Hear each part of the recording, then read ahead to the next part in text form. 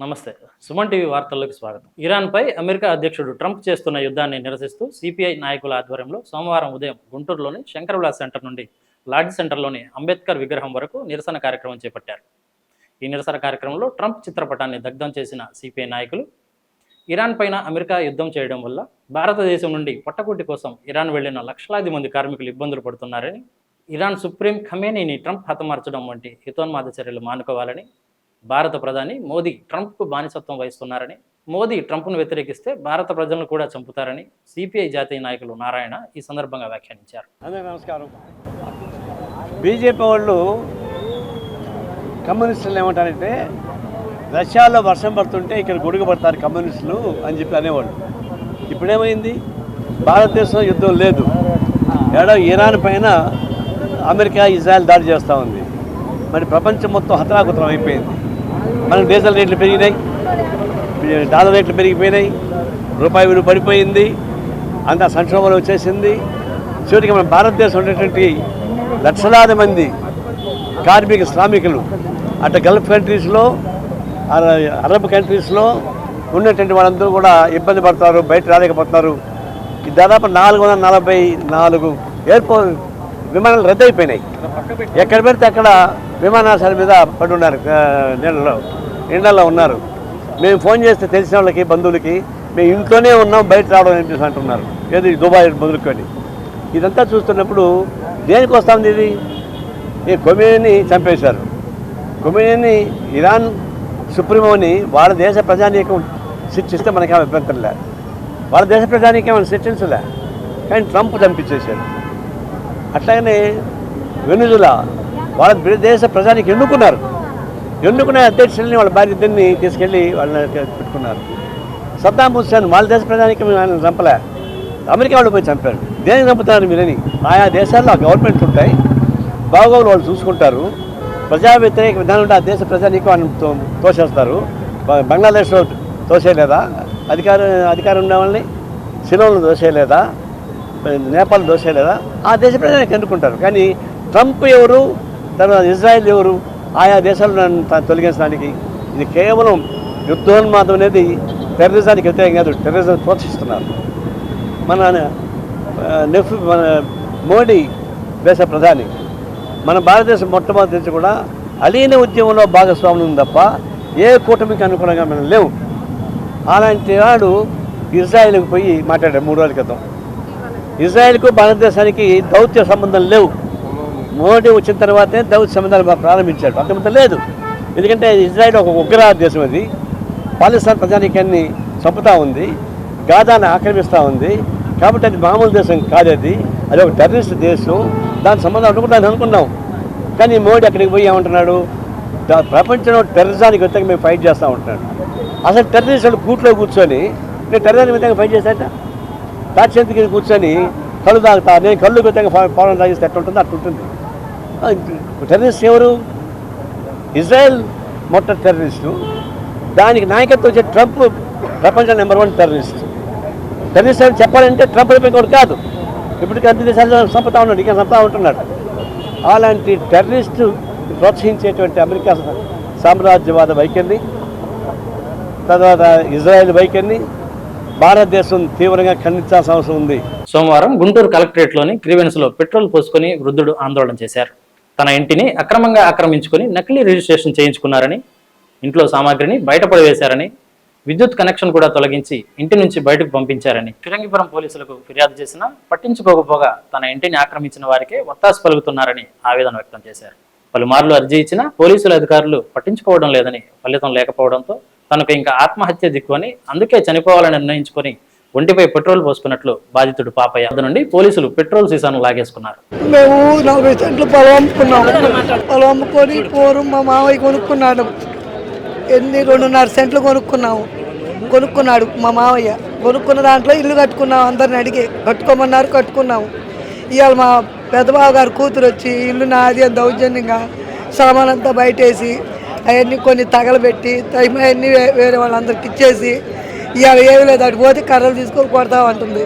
మేమేం చేయాలి? ఇంకా ఇక్కడికి వచ్చి ఎన్నోసార్లు అర్జీలు పెట్టినా పరిష్కరించామంటారు. వాళ్ళు వచ్చి ఏం పని చేయరు. పోలీసు వాళ్ళు వచ్చి వాళ్ళ మాటే వింటారు. వాళ్ళు డబ్బులు ఉండేవాళ్ళు, మేము డబ్బులు లేని వాళ్ళం. ఏం చేద్దాం మేము? ఎన్నిసార్లు కేసు పెడితే మాత్రం ఏం ఉపయోగం? అది ఇంకా మేమేం చేయాలో నువ్వే చెప్పు. ముసలం అయ్యాము, ఇంకేం చేయలేము. ఇక చచ్చిపాటవేగా మేము కారణం. ఇంకేముంది? ఈ బాధ తట్టుకోలేక మునుకోసారి నేను మందు తాగి హాస్పిటల్లో ఉండొచ్చా 15 రోజులు ఉన్నా. అయినా మా కేసు కట్టలేదు. 15 రోజులు ఉన్నాం హాస్పిటల్లో. ఇంకేం చేస్తాము? అందుకని ఇంకేం చేయలేక ఇంకా చచ్చిపోతే పోయిద్దిగా. ఇంకేం చేస్తామయ్యా? చచ్చిపోవడమేగా కావాల్సింది. ఇంకా చూడయ్యా, పెరుగుపురం మండలం నా ఇల్లు కాయేశారా మా అన్న కూతుర్లు కలిసి. సామాను మొత్తం బయట పగలగొట్టి ఇల్లంతా రూపురేఖలు మార్చి 2 నెలలు పెట్టి వాళ్ళు ఎటువంటి నన్ను దగ్గరకు రానియకుండా ఎన్నిసార్లు అడ్డు పెట్టుకున్నా బహిష్కరించామని వస్తుంది, కానీ నా కాడికి వచ్చిన వాళ్ళు లేరు. ఆ ఇల్లు అంతా పగలగొట్టేసింది, సామానంతా బయట వేసింది, ఆ సామానంతా కాజేసింది. ఇవాళ ఆ ఇంటికాడికి పోతే నన్ను కొట్టేటట్టు చంపేసేటట్టున్నారు. ఏడుకు వచ్చి ఎన్నిసార్లు అర్జీ పెట్టుకున్నా కూడా మేము బహిష్కరించకపోమంటారు. ఇంకా లాభం లేదు, ఇంకా సావటే మార్గం అనుకున్నాను. ఆఖరిసారి పైసలు పెట్టాను, చచ్చిపోవటే నా మార్గం. నేను అడుక్కొని తిని బతకలేను, అడుక్కొని తినే బతకలేను. నేను రైతుని వ్యవసాయం చేసుకుని బతికినా నా వాపికోలేదు. ఎన్నిసార్లు చేసి ఒప్పింది పోలీసు వాళ్ళు. వాళ్ళ మాటే డబ్బులు, వాళ్ళ డబ్బులు ఉన్నాయి, నాకు ఆ డబ్బులు లేవు. నేను భేదండి వ్యవసాయం చేసుకుని బతకాలి. నన్ను చంపేస్తారు. చంపేటందుకు కొట్టారనుకో కాలు చేయబద్ది, అడుక్కోలేను. కుంటోడాలు బతికేది, కుంటోడాలు బతకలేనుగా. అందుకని సాగే మార్గం అనుకున్నా. 4-5 సార్లు వచ్చి అక్కడికి ఆఫీస్కి. ఏం కాదని కూడా తేలిపోయింది. ఇంకా చచ్చిపోతే మార్గం అనుకున్నా. అది నేను తీసుకున్నాను. నా ఇల్లు నాకు రాంది, నేను బతకను. మీరు ఎన్ని ఆపినా కూడా నా ప్రాణం పోవాల్సిందే. నా ఇంట్లో నేను జారంది, నేను బతకను. నేను చచ్చిపోవాల్సిందే. ఫైనల్గా చెబుతున్నాను. ఇంతకన్నా నేను చెప్పగలిగింది 6 ఏళ్ళు అయింది నేను ఇల్లు కట్టుకొని. 6 ఏళ్ళు అన్ని కాగితాలు ఉన్నాయి నాకు. అన్ని కాగితాలను దొంగ రిజిస్టర్ తెచ్చుకొచ్చుకొని మమ్మల్ని నెట్టేశారు. వాళ్ళు చేపించుకుని దొంగ రిజిస్టర్లో శాఖమూరి రవికుమార్ గాను, శాఖమూరి శ్రీనివాసరావుకి ఏం అధికారం ఉంటుంది? నా తండ్రి రాస్తే మా తాత రాస్తాయి. నా తండ్రిది నన్ను రాతలది, నాకు హక్కు ఉంటుంది. మేము అన్నదమ్ములు ఉన్నాం, 7 అందరు చనిపోయారు. నేను ఒక్కడనే ఉండిల్లు కట్టుకున్నా. స్థలం కావాల్సినంత ఉంది, కట్టుకోవచ్చు కావాల్సిన వాళ్ళు. సత్తెనపల్లి చేశారు వాళ్ళు దొంగ రిజిస్టర్. పెరంపురం రిజిస్టర్ చేయించుకున్నాం. పెరంపురంలో చేయాలా? సత్తెనపల్లి ఎందుకు చేయించారు దొంగ రిజిస్టర్? మేము పెరంపురంలో బ్రహ్మాండం చేయించుకున్నాక అందరూ ఇనేటట్టు చూసేదట్టే. ఆ విధంగా దొంగ రిజిస్టర్ చేయించుకుని మమ్మల్ని బయట నెడితే త్వరగా పొలాన్ని తీసుకొచ్చి అడ్డం పెట్టి ఇంటి సమస్య బయటికి రానికుండా ఇల్లు కట్టిద్దా? పగలు కొట్టి అన్ని నా సామాన్ కిటికీలు దర్వాజలు నేను పెట్టినవన్నీ పగలు కొట్టేసి కొత్త దర్వాజలు కొత్త గిల్సు మళ్ళీ ఏర్పాటు చేసి ఇల్లు కడుతుంది. 2 నెలలు పెట్టి దగ్గరగా రానివ్వండి. నాకు ఒక్క అమ్మాయి ఎవరో పొదుపు ఇచ్చా. ఇంకా నాకు మగ పిల్లగాడు లేడు. నేను ఉందా ఒక్కడిని. ఏం చేస్తాను? నేను ఒక్కడిని ఇంతమంది తరిమి కొడుతుంటే రౌడీని పెట్టి మొత్తం రౌడీ బ్యాచ్ అండి. దెందులూరు మండలం ఇద్దరు చచ్చిపోయారు, డబ్బులు ఇవ్వాల్సి. నేను అరగమంటే తాళూరులో ఇదన్నీ రోడ్డు అమ్మటే చర్చి పాత మాలో చర్చి పాత చర్చి లేదు. ఆ చర్చి దగ్గరని మీరు వచ్చి చూడండి, చూడొచ్చు. పాత రికార్డు ఉంది, కొత్త ఇల్లు ఇల్లేట బాగు చేయండి. ఎవరి ఇల్లు బాగు చేస్తుంది నా ఇల్లు? ఎన్నిసార్లు చెప్పాలి? పోతే కొత్త వాళ్ళు రోడ్డు ఇల్లు తీసుకొచ్చి కాళ్ళు ఎరగొట్టండి అని చెప్పి కాళ్ళు ఎరగొట్టినా నేను ఏం చేస్తాను? అడుక్కొని తినే బతుకున్నది కాదు, కష్టపడి బతుకుతా. కష్టపడి బతికే అవకాశం లేదు, ఇల్లు లేదు, డబ్బులు లేవు. ఇంకా చచ్చిపోదామని నిర్ణయించుకున్నాను. ఇది మొన్న వచ్చినప్పుడు కలెక్టర్ గారిని పర్మిషన్ అడిగాను. నేను చచ్చిపోవడానికి పర్మిషన్ కలెక్టర్ గారిని అడిగాను. సోమవారం గుంటూరు మున్సిపల్ కమిషనర్ మయూర్ అశోక్ వినతి పత్రం అందజేసిన వైఎస్ఆర్సీపీ నగర అధ్యక్షురాలు నూరి ఫాతిమా వీధి కుక్కలను నియంత్రించడంలో నగరపాలక సంస్థ యంత్రాంగం పూర్తిగా విఫలమైందని వైఎస్ఆర్సీపీ నగర అధ్యక్షురాలు నూరి ఫాతిమా విమర్శించారు. వీధి కుక్కల దాడికి మరెందరూ పిల్లలు బలి కావాలని, అధికారుల పిల్లల్ని వీధి కుక్కలు కరిస్తే ఆ బాధ తెలుస్తుందని, సమస్యలతో ప్రజలు సతమతం అవుతుంటే స్థానిక ఎమ్మెల్యే మొహమ్మద్ నజీర్ కనీసం స్పందించడం లేదని, ఇళ్లు లేని చోట్ల రోడ్లు డ్రైన్లు వేస్తున్నారని, వీధుల్లో కనీసం చెత్త కూడా తీయడం లేదని, ప్రైవేటు వెంచర్లకు ఇస్తున్న ప్రాధాన్యత పేదలు నివసించే ప్రాంతాలకు ఇవ్వడం లేదని, ప్రజా సమస్యలను వెంటనే పరిష్కారం చేసి మౌలిక సదుపాయాలు కల్పించాలని ఈ సందర్భంగా నూరి ఫాతిమా డిమాండ్ చేశారు. శాలరీస్ తోనే బతుకుతున్నారని మీరు అనుకుంటున్నారా? నేనైతే కాదని అనుకుంటున్నాను. ఇంకో విషయం, చర్యలు తీసుకున్నారు అని అంటున్నారు. ఇప్పుడు దాకా తీసుకోలేదు చర్యలు. వాళ్ళు ఏవి వాళ్ళేమి చర్యలు తీసుకొని అక్కడ నల్ల చెరువు ప్రాంతంలో దాదాపుగా 200 కుక్కలు ఉన్నాయంట. పాపం వాళ్ళని అడిగితే వాళ్ళు చెప్తున్నారు, ఫణీంద్ర అని చెప్పి ఆ బాబుకి మెడ మీద అసలు అక్కడికి అబ్బాయి దగ్గరికి వెళ్తే పరిస్థితి చాలా ఘోరం. ఇప్పుడు కూడా అబ్బాయి I think so do or die పరిస్థితిలో అబ్బాయి ఉన్నాడు. మరి ఒక్క అబ్బాయికి అంత జరిగితే స్పందించకుండా ఇప్పుడు దాకా అధికారులు ఏం చేస్తున్నారు? అధికారులు కాదండి, అధికారులను పరిగెత్తించే బాధ్యత ఎవరిది? ఎమ్మెల్యేలది. ఎమ్మెల్యేలు పరిగెత్తించాలి. ఎందుకనంటే ఏంద్రా మాకు ఓట్లేసి గెలిపించిన వాళ్ళకి ఇలా జరుగుతుంది, మీరు ఏం చేస్తున్నారని చెప్పి చెయ్యాలి. ఒకసారి నేను అదే అన్నాను, మీకు తెలియకపోతే ఎక్స్ఎమ్మెల్యేలు ముస్తఫా గారిని అడగండి, ఆయన బాగా చేశారు ఆ టైంలో. శానిటేషన్ ఇక్కడ ఉన్న అందరినీ డి నుంచి ఈ ఎస్సీ ప్రతి ఒక్కరిని కూడా పరిగెత్తించేవాళ్ళు, పని అన్నా పరిగెత్తించేవాళ్ళు. ఎవరైనా ఫోన్ చేసి కంప్లైంట్ చేశారు, మా ఇంటి ముందు చెత్త ఉంది, ఇలా 4 రోజుల నుంచి ఉంటుంది చేస్తున్నానో కూడా పరిగెత్తించేవాళ్ళు. మా గవర్నమెంట్లో ఆ విధంగా చూసుకునేవాళ్ళం. కానీ ఇప్పుడు పరిస్థితి అలా లేదు. ఎందుకని డబ్బులు ఇచ్చిన వాళ్ళకే, జేబులు నింపిన వాళ్ళకే పనులు, లేకపోతే పనులు జరగవు. మరి కింద స్థాయిలో తీసుకుంటున్నారా పెద్ద స్థాయిలో తీసుకుంటున్నారా అర్థం కావట్లేదు. ఏమైనా అంటే ఏమో పెద్ద స్థాయిలో తీసుకుంటున్నారని చెప్తున్నారు. ఆ పెద్ద స్థాయిలో ఎవరున్నారో చెప్పి వాళ్ళని అడుగుతున్నాను. అలాగే ఎమ్మెల్యే బాధ్యత ఏంటి? ఒక కార్పొరేషన్లో ఉన్న కమిషనర్ గారు తిరుగుతున్నారు, వెళ్ళని కూడా ఆయన తిరుగుతున్నారు, ఆయన వెళ్తున్నారు. బట్ వెళ్ళి ప్రయోజనం ఏముంది? ప్రయోజనం ఉండాలి. ఏదైనా వెళ్తే ఏదైనా పని జరిగితే, ఎందుకంటే you are a responsible IAS officer. మీకు ఏంటంటే మీరు వెళ్ళంగానే అక్కడ పని జరగాలి, చెయ్యాలి, ఒక మెసేజ్ వెళ్ళాలి పబ్లిక్లో. కానీ ఒక మెసేజ్ అయితే కరెక్ట్గా వెళ్ళట్లేదు. అలాగే ఎమ్మెల్యే గారు తెల్లవారుజామునే లేచి, లేకపోతే 6ంటికి మకామేమో గెలిచిందేమో గుంటూరు తూర్పు నియోజకవర్గంలో, మకాం మార్చిందేమో గుంటూరు పశ్చిమ నియోజకవర్గంలో. ఎందుకంటే కుక్కలు ఎక్కువ ఉన్నాయనా, లేకపోతే అందరూ వచ్చి సమస్యలు చెప్తారనా చెప్పి నాకు అర్థం కావట్లేదు. ఎమ్మెల్యే గారు గతంలో ఉన్న ఎమ్మెల్యేస్ అందరు ఇక్కడే ఉన్నారు, ఎందుకు ఈ ఎమ్మెల్యేనే మారారు? ఎందుకు మీరు తిరగట్లేదు? మీ పక్కన ఉన్న ఎమ్మెల్యే గల్లా మాధవి గారు నైట్ తిరుగుతున్నారు, మరి ఏం జరుగుతుందో తెలియదు, తెల్లవారుజాము తిరుగుతున్నారు, స్కూటీలు వేసుకొని తిరుగుతున్నారు. మీరేం చేస్తున్నారు? ఇంట్లో ఉంటున్నారా? మీకు ప్రజల ఓట్లతో గెలవలేదా? నాకు తెలిసి ఈవీఎంలతోనే గెలిచారు, అందుకోసం మీరు ఈవీఎంలకి పూజలు చేస్తున్నారు తప్ప ప్రజలకు మాత్రం ఏమీ చేయట్లేదని చెప్పి స్పష్టంగా అర్థమవుతుందండి. Guntur NTR RTC bus stand depot గ్యారేజీలో ఎలక్ట్రికల్ బస్సులను నిలిపే ఏర్పాట్లు ఆర్టీసీ యాజమాన్యం చేస్తుందని ఆర్టీసీ ఎంప్లాయీస్ కలెక్టర్కు విన్నవించారు. ఆర్టీసీ డిపో గ్యారేజీని ప్రైవేటు పరం చేయకుండా ఉండేలా చర్యలు తీసుకోవాలని ఈ సందర్భంగా వారు కలెక్టర్ కోరారు. ఆర్టీసీ డిపోలో ప్రైవేటు బస్సులు కాకుండా ఆర్టీసీ బస్సులను ఉంచేలా చూడాలని సోమవారం కలెక్టరేట్లో జరిగిన గ్రీవెన్స్లో కలెక్టర్ తమీం అన్సారియాకు వినతి పత్రం సమర్పించారు. నేను Shikha Trilochan Dutt, secretary employees union Guntur depot, convener Guntur depot. అయితే విద్యుత్ బస్సుల కోసం మా మేనేజ్మెంటు టూడిపో గ్యారేజ్ మొత్తాన్ని ఖాళీ చేయించి సర్వీసుల్ని, బస్సుల్ని, సిబ్బందిని మరొక డిపోలకి తరలించేటువంటి విధానానికి మేము వ్యతిరేకంగా ఉన్నామండి. ముఖ్యంగా మేము చెప్పేది ఏంటంటే, ప్రభుత్వ పథకాలకు మేము వ్యతిరేకం కాదు, అభివృద్ధికి మేము వ్యతిరేకం కాదు. విద్యుత్ బస్సుల్ని స్వాగతిస్తూనే ఉన్నాం. ఎందుకంటే ప్రభుత్వం ప్రతిష్టాత్మకంగా పెట్టినటువంటి శ్రీశక్తి పథకాన్ని మాకు సిబ్బంది కొరతగా ఉన్నా, డ్రైవర్ లేకపోయినా, కండక్టర్ లేకపోయినా, ఏడీసీలు కంట్రోల్లో సూపర్వైజర్ లేకపోయినా కూడా మేము కష్టపడి పనిచేస్తూనే ఉన్నాం. అయితే ఏదైతే మా మేనేజ్మెంట్ టూడిపో గ్యారేజీని తరలించాలని చెప్పి నిర్ణయం తీసుకుందో, కేవలం ఆ నిర్ణయానికి మాత్రమే వ్యతిరేకం. ఆ స్థలాన్ని ప్రైవేటు వారికి కేటాయిస్తే వాళ్ళు 10 అడుగులు ఎత్తు పైకి లేపితే ఛార్జింగ్ స్టేషన్ కోసం పూర్తిగా ఎన్టీఆర్ బస్టాండ్ ఉనికిని కోల్పోయేటువంటి ప్రమాదం ఉంది. ఎందుకంటే కొద్దిపాటి వర్షానికే బస్టాండ్ మునిగిపోతూ ఉంది ఈ రోజుల్లో, మనందరికీ తెలిసిన విషయం అది. అయితే వాళ్ళు 10 అడుగులు హైట్ లేపితే పూర్తిగా 1 డిపో గ్యారేజీ ఎన్టీఆర్ బస్టాండ్ను పూర్తిగా మనుగడ ఉనికి కోల్పోయి ఈ ఉమ్మడి జిల్లాలో ప్రజలు తీవ్రంగా ఇబ్బందులు పడేటువంటి పరిస్థితి ఉంది. కాబట్టి మా డిమాండ్ ఏంటంటే, విద్యుత్ బస్సుల ఛార్జింగ్ స్టేషన్ కోసం టూడిపో గ్యారేజీని ఎత్తివేయకుండా మరొక చోట ఆర్టీసీ స్థలాలు ఉన్నాయి, కదకాగానే ఉంది, ఎన్టీఆర్ బస్టాండ్ పక్కన రైతు బజార్ పక్కనే స్థలం ఉంది, ఆ స్థలాన్ని ప్రత్యామ్నాయంగా ఏర్పాటు చేయాలని చెప్పనని గౌరవ కలెక్టర్ మేడం గారికి విన్నవించుకుందామని చెప్పేసి వచ్చాం సార్. తమకు ఇల్లు కేటాయించాలని సీఎం చంద్రబాబు, మంత్రి నారా లోకేష్ చెప్పినా అధికారులు పట్టించుకోవడం లేదని గవర్నమెంట్లకు చెందిన పేరం హరీష్, రమాదేవి దంపతులు ఆవేదన వ్యక్తం చేశారు.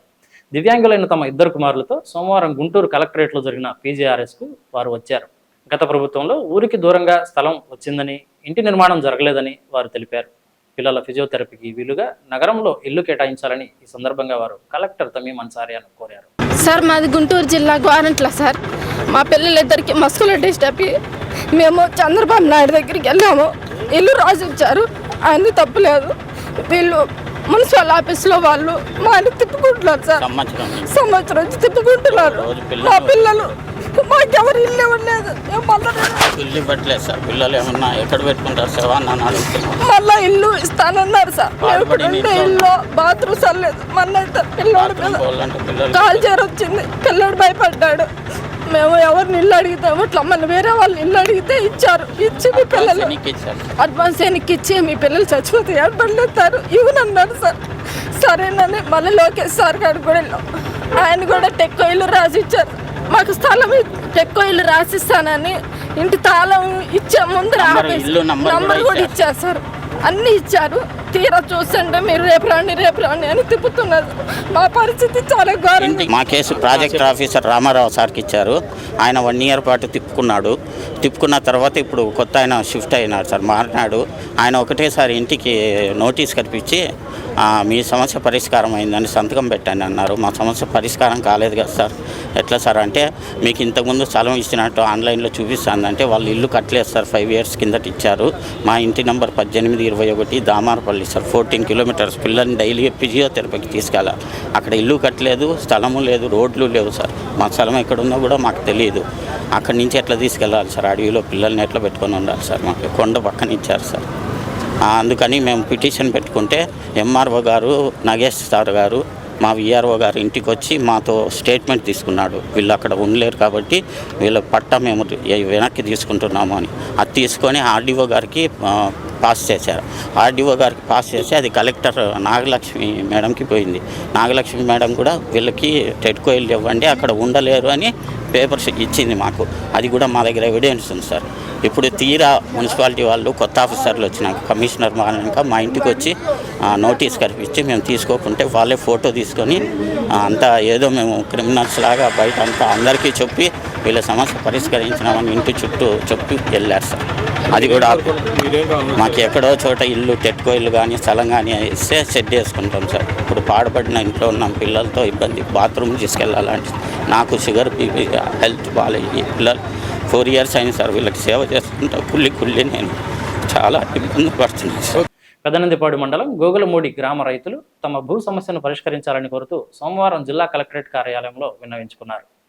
తరతరాలుగా సాగు చేసుకుంటున్న జిరాయితీ భూములను నిషేధిత జాబితాలో చేర్చడం వల్ల తాము తీవ్రంగా నష్టపోతున్నామని వారు ఆవేదన వ్యక్తం చేశారు. గోగులమూడి గ్రామంలోని సర్వే నెంబర్ 278లో గల 34.67 ఎకరాల భూమికి సంబంధించి గతంలో దేవాదాయ శాఖ గుంటూరు కోర్టులో కేసు వేసిందని 2019లో జరిగిన భూ సర్వేలో క్షేత్రస్థాయి పరిస్థితులను పరిశీలించకుండా రికార్డులను నమోదు చేశారని, ఫలితంగా రైతులకు బ్యాంకుల నుండి ఎలాంటి రుణాలు కానీ ఇతర ప్రభుత్వ ఫలాలు కానీ అందడం లేదని రైతులు వాపోయారు. గోగులమూడి గ్రామం మాది. మా గ్రామంలో ఉన్న 24 మంది రైతులమి వరగాని జిరాయితీలో ఉన్న 278/1 సర్వే నెంబర్లో గతంలోనే 1960 సంవత్సరంలోనే మా పూర్వీకులు ఆ పొలాన్ని కొన్నారు. అప్పుడు కొన్న తర్వాత ఎండోమెంట్ డిపార్ట్మెంట్ వాళ్ళు ఈ పొలం మాదని చెప్పని 78వ సంవత్సరంలో డిస్ట్రిక్ట్ కోర్టుకి వెళ్ళారు. వాళ్ళు వెళ్తే 87వ సంవత్సరంలో డిస్ట్రిక్ట్ కోర్టు ఈ పొలం రైతులదే అని చెప్పి తీర్పు ఇచ్చింది. వాళ్ళు మళ్ళీ 88వ సంవత్సరంలో హైకోర్టు అప్పీల్కి వెళ్ళారు. హైకోర్టు కూడా ఏం చెప్పిందంటే ఇది మేము డిస్ట్రిక్ట్ కోర్టునే సమర్థిస్తున్నాము, ఈ పొలం రైతులదే అని చెప్పని 2003వ సంవత్సరంలో క్లియర్గా తీర్పిచ్చింది. ఏమనిచ్చింది? ఫర్దర్గా మీరు రైతుల జోలికి వెళ్ళొద్దు అని క్లియర్గా తీర్పిచ్చింది. దానికి సంబంధించి మా దగ్గర రైతువారి పట్టా ఉంది, డిస్ట్రిక్ట్ కోర్టు తీర్పు ఉంది, హైకోర్టు తీర్పు ఉంది. ఇవన్నీ ఉన్నా కూడా మాకు 2016వ సంవత్సరంలో అప్పుడున్న గవర్నమెంటు ఈనాం చట్టాన్ని ఆ పొలాలు ఆపాలని చెప్పని మాది రిజిస్ట్రేషన్ ఆపేసింది. సరే రిజిస్ట్రేషన్ ఆపిందని చెప్పి మేము తిరుగుతుంటే కానీ ఆ టైంలో మాకు 1B అడంగులు మాకు వచ్చినాయి. మేము తిరుగుతున్నాము, మాకు ఏ న్యాయం జరగల. 2016 సంవత్సరంలో 2019 సంవత్సరం రీసర్వేలు ఏం జరిగిందంటే ఎండోమెంట్ డిపార్ట్మెంట్ వాళ్ళు కనీసం మమ్మల్ని దేకలేదు, మమ్మల్ని పురుగులో చూసారు మమ్మల్ని. వాళ్ళు మాకు సమాధానం చెప్పకపోగా మాకు మీది పొలం మాది కావాలి మీరు సుప్రీంకోర్టుకి వెళ్ళండి అని చెప్పి మమ్మల్ని 2019 సంవత్సరం రీసర్వేలు ఏం జరిగిందంటే మాది 278/1 సర్వే నెంబర్ని తీసుకెళ్ళిపోయి 184 సర్వే నెంబర్లో ఉన్న కొల్లవ చెరువులో మా పొలాన్ని జాయిన్ చేసి ఇది చెరువు పొలం అని చెప్పని చేసి మాకు 1B అడంగులు రాకుండా చేశారు. అప్పటి నుంచి ఇప్పుడు మేము తిరుగుతానే మాకు ఎవరు న్యాయం చేయలేదు. ఇప్పుడు ఇచ్చాము, ఇప్పుడు మళ్ళీ ఎండోమెంట్ డిపార్ట్మెంట్ పంపించారు, వాళ్ళు మళ్ళీ మాకు న్యాయం చేయరు. ఇదే జరుగుతుంది. ఇంకోటి ఏమో ట్రిబ్యునల్కి వెళ్ళమంటారు. ఇంకెన్నిసార్లు ట్రిబ్యునల్కి వెళ్తాం మేము? అప్పుడే మాది 30 సంవత్సరాలు మాది తీర్పిస్తే అంటే ఇప్పుడు ఏమంటున్నారు? మళ్ళీ వీళ్ళు ఏమంటున్నారు? 2016 సంవత్సరంలో ఈనాం చట్టం రద్దు చేసిన అంటున్నారు. అంటే ఈనాం చట్టం రద్దు చేస్తే అప్పుడు ఇచ్చిన హైకోర్టు ఇచ్చిన తీర్పు డిస్ట్రిక్ట్ కోర్టు తప్పు తీర్పా? అది చల్లవని చెప్పి మాకు కాగితం ఇవ్వమని మరి మమ్మల్ని ఇంకెన్నాళ్ళ మేము 34 మంది రైతులు ఉన్నాము, ఆడపిల్లల కట్నాల కింద ఇచ్చి ఉన్నాం పొలాన్ని, కొద్ది గొప్ప సన్నగా రైతులు ఉన్నాము. ఏం చేయాలి మేము? ఇంకా ఊరేసుకు చావాలా, బొంగు తాగి సావాలా? చెప్పండి. సరే అదే చేస్తాం చెప్పండి మీరు. కనీసం మీ ద్వారా సరే ఈ వార్తని గవర్నమెంట్ షేర్ చేయాలని కోరుకుంటున్నాం. భారతీయ జనతా పార్టీ నేత పివిఎన్ మాధవ్ గారి పిలుపు మేరకు ప్రజా సమస్యలే లక్ష్యంగా గత 6 వారాలుగా సోమవారం నాడు కలెక్టరేట్ వద్ద నిరసన కార్యక్రమాలు నిర్వహిస్తున్నామని, ఇందులో భాగంగా ఈ రోజు కూడా భారీ సంఖ్యలో తరలి వచ్చిన నేతలు బాధితులు కలెక్టర్ను కలిసి సుమారు 12 రకాల సమస్యలపై వినతిపత్రాలు అందజేశారు. ముఖ్యంగా అర్హులైన వారికి పెన్షన్ల మంజూరు, ఇళ్ల స్థలాల పట్టాల పంపిణీ మరియు స్థానిక మౌలిక సదుపాయాల కల్పన వంటి అంశాలను కలెక్టర్ దృష్టికి తీసుకెళ్లారు. బాధితుల గోడును విన్న కలెక్టర్ ఈ సమస్యలను త్వరితగతిన పరిష్కరించాలని అధికారులను ఆదేశిస్తూ సానుకూలంగా స్పందించారు. ప్రజలకు అన్యాయం జరిగే వరకు తమ పోరాటం ఆగదని, క్షేత్రస్థాయిలో సమస్యలను పరిష్కారం కోసం నిరంతరం శ్రమిస్తామని ఈ సందర్భంగా నాయకులు స్పష్టం చేశారు. ముందుగా మీడియా మిత్రులకు నమస్కారం. ఏదైతే ప్రజా సమస్యల మీద మేము ప్రతి సోమవారం జనతా వారధి అనే పేరు మీద మా రాష్ట్ర అధ్యక్షులు పివిఎన్ మాధవ్ గారి పిలుపు మేరకు గత 6 వారాలుగా ఇక్కడ అనేక సమస్యల మీద కలెక్టర్ గారికి ఈ సమస్యల మీద వివరించడం, వారు ఎమ్మటే ఏవైతే సమస్యలు ఉన్నాయో వాటిని పరిష్కరించడం జరుగుతుంది. అలాగే ఈరోజు కూడా చాలా సమస్యలు, దాదాపు ఒక 12 సమస్యలు ఎక్కువగా ఈ పెన్షన్లు, అలాగే భూ వివాదాలు ఇవన్నీ కూడా ఎమ్మటే పరిష్కారం కావడం, కలెక్టర్ గారు ఎమ్మటే స్పందించడం జరుగుతుంది. దానిలో భాగంగా గత ప్రభుత్వంలో ఏదైతే ఈ లిక్కర్ మాఫియా ఏదైతే ఈ దొంగ లిక్కర్ అమ్మారో చాలా మంది చనిపోయారు. ఇప్పుడే 4 వచ్చారు, వాళ్ళ భర్తలు చనిపోయారని చెప్పి పింఛన్లు పెట్టుకోవడానికి కూడా. అయితే గత ప్రభుత్వంలో ఏదైతే ఈ కల్తీ లిక్కర్ అమ్మారో, ఎవరైతే ఈ కల్తీ మద్యాన్ని స్టిక్కర్లు వేసి ఏదైతే 100 రూపాయలు అమ్మేదాన్ని 500 స్టిక్కర్ వేయటం, అలాగే చాలామందిని అరెస్ట్ చేయడం కూడా జరిగింది. అలాగే మిథున్ రెడ్డి గారిని కూడా అరెస్ట్ చేయడం జరిగింది. అయితే మేము కోరేది ఒకటే, ఒక పెద్ద తలకాయ ఉంది దీంట్లో, వారిని అరెస్ట్ చేస్తే ఈ లిక్కర్ మాఫియా అనేది మొత్తం కూడా బయటపడుద్ది. దీని మీద మేము ప్రతి జిల్లాలో కూడా ఈరోజు ఈ యొక్క కార్యక్రమాన్ని తీసుకున్నాం. ఆ పెద్ద తలకాయని ఎప్పుడైతే అరెస్ట్ చేస్తారో అప్పుడే ఈ యొక్క లిక్కర్ ఏదైతే దొంగ లిక్కర్ అమ్మారో, ఎంతోమంది ప్రాణాలు పోగొట్టుకున్నారో, ఎంతోమంది పేదల ఉసురు తగిలి గత ప్రభుత్వం పోయింది. కాబట్టి వాళ్ళందరినీ కూడా కటకటాల్లో చేర్చి వాళ్ళకి తగిన విధంగా బుద్ధి చెప్తారని చెప్పి మేము కోరుకుంటున్నాం. జిల్లా కలెక్టరేట్ కార్యాలయంలో నగరపాలక సంస్థ అధికారులతో సమీక్షా సమావేశాన్ని నిర్వహించిన కేంద్ర సహాయ మంత్రి పెమ్మసాని చంద్రశేఖర్, ఎమ్మెల్యేలు కూటమి అధికారంలోకి వచ్చి 20 నెలలు అయిందని, 400 కోట్ల రూపాయలతో రోడ్లు, ట్రైన్లు, కాలువలు అభివృద్ధి చేస్తున్నామని, శంకరవిలాస బ్రిడ్జి 2027 లోపు పూర్తి చేస్తామని, 30 ఏళ్లుగా పెండింగ్లో ఉన్న నార్ల ఆడిటోరియం కోసం టెండర్లు పిలిచామని, మానస సరోవరం పార్కును పీపీపీ మోడల్లో ఆధునీకరిస్తామని, ఇన్నరింగ్ రోడ్ ఫేజ్ 3 పనులకు విద్యుత్ స్తంభాలు అడ్డుగా ఉన్నాయని, సమస్యలను అధిగమించి డిపిఆర్లు సిద్ధం చేసి పనులు త్వరితగతిన పూర్తి చేస్తామని, ప్లాస్టిక్ డ్రైన్లో వేయకుండా అవగాహన కార్యక్రమాలు చేపడతామని, నగరంలో 32 పార్కులు మెయింటెనెన్స్ చేయడం లేదని, వాటిని అభివృద్ధి చేసేలా చర్యలు తీసుకుంటామని ఈ సందర్భంగా నాయకులు తెలియజేశారు. మీరు మీ గవర్నమెంట్ వచ్చిన తర్వాత దాదాపు 20 నెలలు అయింది. 20 నెలల్లో రకరకాల ఈ గుంటూరు ప్రాంతంలో టోటల్గా 400 కోట్ల రూపాయలు విలువ చేసే వర్క్స్ జరిగినాయి. రోడ్స్ కానీ, డ్రైన్స్ కానీ, రకరకాలవి, అంటే మేజర్ బ్రిడ్జెస్ అవి కాకుండా డే టు డే యాక్టివిటీస్. అదేవిధంగా ఇంకా చాలా వర్క్స్కి టెండర్స్ అవన్నీ కూడా పిలుచున్నారు. కొత్త కమిషనర్ గారు వచ్చారు, కొత్త టీం వచ్చింది. ఇందులో ఒక 20 ఐటమ్స్ టోటల్గా గుంటూరుని డెవలప్ చేయడానికి ఉన్నటువంటి ప్లాన్లో ఉన్న ఐటమ్స్ అన్నింటినీ రెగ్యులర్ రివ్యూలో భాగంగా పెట్టుకున్నాం. ఎందుకంటే గత 45 రోజుల్లో కమిషనర్ గారికి వాళ్ళకి కొంత టైం ఇవ్వాలి, వారు కూడా అర్థం చేసుకోవాలని చెప్పి మనం లాస్ట్ 45 డేస్ రివ్యూస్ పెట్టలేదు.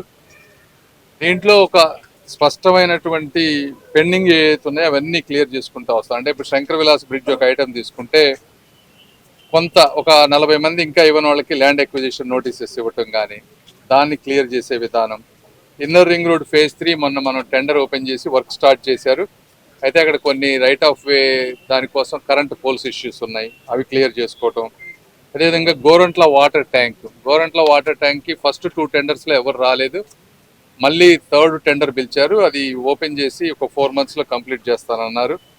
అదేవిధంగా ఇన్నర్ రింగ్ రోడ్ ఫేజ్ 3 అంటే డెడ్ లైన్స్ తీసుకుంటే శంకర్ విలాస్ 2027 జూలై 27 కల్లా కంప్లీట్ చేయాలి. ఇన్నర్ రింగ్ రోడ్ ఫేజ్ 3 వచ్చేటప్పటికి డిసెంబర్ 2026, అంటే ఈ రెండుకి ఇవ్వాలనేది. అదేవిధంగా నందివేలుగు ఆర్ఓబి దగ్గర ఒక కల్వర్ట్, అదొక 3 monthsలో, అది కూడా టెండర్ ఫైనలైజ్ అయిపోయింది, కంప్లీట్ చేయటం. నార్లా వెంకటేశ్వరరావు గారి ఆడిటోరియం, ఇది 30 ఏళ్ల నుంచి పెండింగ్ ఉన్నటువంటిది. దాన్ని ఒరిజినల్గా నామినేటెడ్గా, ఎందుకంటే ఒకళ్ళే ముందుకు వచ్చారు, నామినేటెడ్గా చేద్దామంటే దానికి కొంతమంది కరెక్ట్ కాదన్నారు. అందుకని చెప్పి దాన్ని మళ్ళీ ప్రాపర్ టెండర్ ప్రాసెస్లో తీసుకువెళ్ళి ఈరోజు మళ్ళీ దాన్ని కూడా టెండర్ పిలిచాం. ఎవరైనా పార్టిసిపేట్ చేయాలంటే దాంట్లో పార్టిసిపేట్ చేయొచ్చు. ఇవి కాకుండా మనం గవర్నమెంట్ని కొన్ని ఉన్నాయి, ఇప్పుడు ఏంది నల్లపాడు వాటర్ ట్యాంక్ కానీ, అదేవిధంగా మానస్ సరోవరం, కొన్ని మున్సిపాలిటీకి సంబంధించిన ప్రాపర్టీస్ అన్నిటినీ కూడా డెవలప్ చేయాలంటే ఎయిదర్ పీపీపీ మోడ్ కానీ లేదంటే గవర్నమెంట్ ఫండ్స్తో కానీ చేయాలంటే దీనికి డిపిఆర్లు ఇవన్నీ చేయాలి. ఆ డిపిఆర్లు చేయడానికి అపిట్కో సంస్థకి గవర్నమెంట్ ఆర్గనైజేషను దానికి ఇచ్చే విధంగా గవర్నమెంట్ నోటీస్ వచ్చింది కాబట్టి వాళ్ళందరూ వచ్చారు. సో వాళ్ళు కూడా డిపిఆర్స్ తయారు చేసి ఇస్తే నెక్స్ట్ వాటిని ముందుకు తీసుకువెళ్తాం. అదే కాకుండా శానిటేషను, వాటర్ సప్లైకి సంబంధించినటువంటి శానిటేషన్లో ఇప్పుడున్నటువంటి ఆటోస్ కానీ, పుష్ కార్ట్స్ కానీ, పనిచేయనివి కానీ, వీటన్నిటిని ఆడిట్ చేయటం, ఎక్కడెక్కడ ఇష్యూస్ ఉన్నాయో వాటన్నిటిని కరెక్ట్ చేయటం. అదేవిధంగా శానిటరీ వర్కర్స్కి కావాల్సినటువంటి ఎక్విప్మెంట్ కానీ, పబ్లిక్ టాయిలెట్స్ కానీ, ఇవన్నీ. అదేవిధంగా ఎమ్మెల్యేలు వీళ్ళందరూ కూడా కొన్ని ఇంపార్టెంట్ ఇష్యూస్ని రైజ్ చేశారు. డ్రైన్ క్లీనింగ్ ఎట్లా చేయాలి, మే ఎండ్ కల్లా కంప్లీట్ చేస్తేనే ఆ సిల్ట్ రిమూవల్ అవన్నీ చేయాలి. సో దానికి కావాల్సినటువంటి టెండర్లు ఏ విధంగా ముందుకు తీసుకువెళ్ళాలి. అదేవిధంగా ఈ పబ్లిక్ ఎక్కడ పడితే అక్కడ ఈ ప్లాస్టిక్ అన్ని డ్రైన్స్లో వేయకుండా పబ్లిక్ అవేర్నెస్ ప్రోగ్రామ్స్ ఏం చేయాలి. ఇంకా రోడ్స్ తీసుకున్నారనుకోండి, మనం R&D రోడ్స్ అన్నీ కూడా ఇంతకుముందు R&D కింద ఉండేవి, కానీ గుంతలు పడి వాటిని మనం మెయింటైన్ చేయలేకపోయాం, ఎందుకంటే మున్సిపల్ కార్పొరేషన్ కింద లేదు కాబట్టి. వాటన్నిటినీ కూడా GMC కిందకు తీసుకొచ్చాం. వాటన్నిటిని ఇమీడియట్గా ఎక్కడెక్కడ హోల్స్ ఉన్నాయో అవన్నీ రిపేర్ చేస్తూ ఉన్నారు. ఇవన్నీ కాకుండా దానికి ఉండేటువంటి గ్రీనరీ, ఎవెన్యూ ప్లాంటేషను, వీటన్నిటిని కొంతమంది ఏంటి మొక్కలు తీసుకొచ్చి మొక్కలు కొని మొక్కలు పెడుతున్నారు, మెయింటెనెన్స్ లేదు, అవి చచ్చిపోతూ ఉన్నాయి. ఇవన్నీ కాకుండా సేమ్ ఏజెన్సీ మొక్కలు ఇచ్చే వాళ్ళనే కంప్లీట్గా ఎండ్ టు ఎండ్ మేనేజ్ చేసే విధంగా కాంట్రాక్ట్స్ని ఎలా మాడిఫై చేయాలి. అదేవిధంగా గుంటూరు చుట్టుపక్కల 32 పార్క్స్ ఉన్నాయి. ఈ 32 పార్క్స్ మెయింటెనెన్స్ ఉండట్లేదు, డెవలప్ చేస్తున్నారు, ప్రభుత్వాలు డబ్బులు ఖర్చు పెడతా ఉన్నాయి. దానికి నైబర్హుడ్ సొసైటీస్ని ఫామ్ చేసి ఆ సొసైటీస్కి ఆ మేనేజ్మెంట్ ఆప్షన్ ఇచ్చే విధానం. అదేవిధంగా ఇలా రకరకాల వర్క్స్ ఉన్నాయి, RDP వర్క్స్ కానీ. ఇప్పుడు కొన్ని RDP వర్క్స్ కూడా ఇది, ఎందుకంటే కొన్ని రోడ్లలో అన్ని షాపుల ముందు పగలగొట్టేశారు రోడ్డు వైండింగ్కి. గుంటూరు ప్రజలకి, ఆ షాపుల వాళ్ళకి నేను పత్రికాముఖంగా క్షమాపణలు చెప్తున్నాను. ఎందుకంటే గబక్కన కొట్టేశారు, ఇవన్నీ కొద్దిగా ప్లానింగ్ కరెక్ట్గా లేకుండా. అవన్నీ 3-4 నెలల నుంచి వర్క్స్ కూడా ఫాస్ట్గా అవ్వట్లేదు. దాంతో షాపుల వాళ్ళకి బిజినెస్లు దెబ్బతింటూ ఇవన్నీ ఇబ్బందిగా ఉన్నాయి. కాబట్టి అందరినీ ఈరోజు మాట్లాడాం, ఎట్టి పరిస్థితుల్లో వచ్చే 1.5-2 monthsలో పెండింగ్ షాపుల దగ్గరగా ఈ రోడ్డు వైండింగ్ ఎక్కడ ఉన్నాయో అవన్నీ యుద్ధ ప్రాతిపదికన కంప్లీట్ చేసి ముందు అవి చేశాకే కొత్త టెండర్లు కానీ కొత్త వర్కులు కానీ ఇవ్వమని చెప్పాం. సో అవి కూడా చేస్తానని చెప్పారు, అది కూడా సీరియస్గా వర్క్ చేస్తూ ఉన్నారు. ఈ విధంగా హెల్త్, ఫుడ్ సేఫ్టీ ఇవన్నీ వేరే వాళ్ళు కూడా అదేవిధంగా ఈ డాగ్ ఇష్యూ ఉంది మనకి. క్వాలిటీ చేసే వర్క్స్లో quality of works, street light maintenance, ఇలా రకరకాల ఐటమ్స్ని ఏ విధంగా లాంగ్ టర్మ్గా సిటిజన్స్ని ఇన్వాల్వ్ చేసి, అంటే గవర్నమెంట్లు మారిపోతూ ఉంటాయి, కొంతమంది అధికారులు మారిపోతూ ఉంటారు. ఇవన్నీ మారిపోయినా కూడా వీటిని లాంగ్ టర్మ్గా మెయింటైన్ చేయాలంటే ఎటువంటి స్టాండర్డ్ ఆపరేటింగ్ ప్రొసీజర్స్ మున్సిపల్ కార్పొరేషన్లో తీసుకురావాలి. ఇవాళ రకరకాలుగా మాట్లాడాం, గుడ్ మీటింగ్, చాలామంది మంచి మంచి సజెషన్లు ఇచ్చారు. అదేవిధంగా ఈ క్వాలిటీ ఆఫ్ వర్క్స్ చిన్నది తీసుకుంటే మన వర్క్ చేస్తూ ఉన్నారు, థర్డ్ పార్టీ క్వాలిటీ ఉంది, అయినా కూడా ఒక్కోసారి క్వాలిటీ ఉండట్లేదు.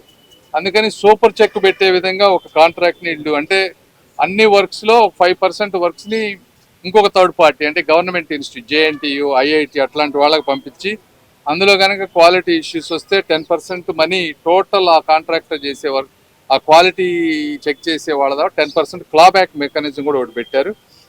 ఇట్లా ఇన్నోవేటివ్గా డిఫరెంట్గా ఆలోచించి చేస్తూ ఉన్నాం. సాధ్యమైనంత వరకు వచ్చే 1 to 2 yearsలో ఇంకా గుంటూరు ప్రాంతాన్ని అద్భుతంగా ముందుకు తీసుకెళ్తామని మీ అందరికీ తెలియజేస్తూ, అదేవిధంగా కమిషనర్ గారు కొత్తగా వచ్చారు, మయూర్, ఇంతకుముందు వైజాగ్లో జాయింట్ కలెక్టర్గా చేశారు, ఆనెస్ట్ ఆఫీసర్. ఇంటిగ్రిటీ ఉన్నటువంటి వ్యక్తి, ఎఫిషియెంట్గా ఉన్నటువంటి వ్యక్తి. సో ఇప్పుడు ఈ 45 డేస్లోనే చాలా డెసిషన్స్ ఫాస్ట్గా తీసుకున్నారు. ఇంకా అన్ని వారికి పూర్తి అవగాహన వచ్చింది ఈ సిటీ మీద. ఇంకా బాగా చేస్తారని నేను మనస్ఫూర్తిగా ఆశిస్తూ వారిని అభినందిస్తూ ఉన్నాను.